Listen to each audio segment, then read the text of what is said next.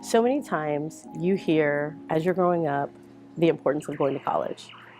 And sometimes that repetitive message can just get drained out by all the other things that you need to do, all the things that you're excited about when you're in middle school, when you're in high school, your friends, your family, activities, parties, prom, things of that nature, your grades, of course. But the reason why going to college is so important is the fact that you actually get to discover so many things about yourself while you're in college.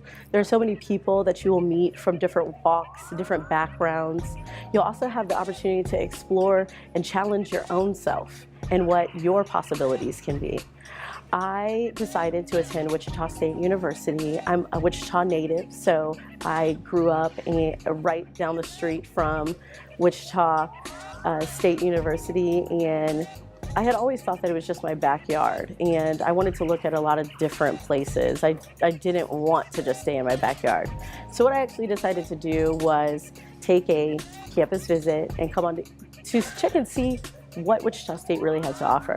And it was one of the best things that I could have done because I got to see the community inside of Wichita State that had nothing to do with the city, and really get to open my eyes to some of the different opportunities and resources that the university had. You really have to do your research. You can't just go on face value or with your friends. You really have to do some research and find the correct fit for you. You're going to be spending a lot of money on that college education, and you want to make sure that it's the best one that you can. During my time at Wichita State, I was a part of the Shocker bowling team. I had the pleasure of being able to be on one of the national championship teams, but that was a hard time because I had to study, I had to manage my time. I also worked while I was a student athlete, and being able to come out victorious was amazing. And it really showed that when adversity hits, you don't run from it, you just tackle it head on. One of the things I also promote, again, with the research, is you want to apply for those scholarships. Apply for scholarships like it's your job, because essentially when you graduate and you have to start paying back those student loans, it can feel like a job.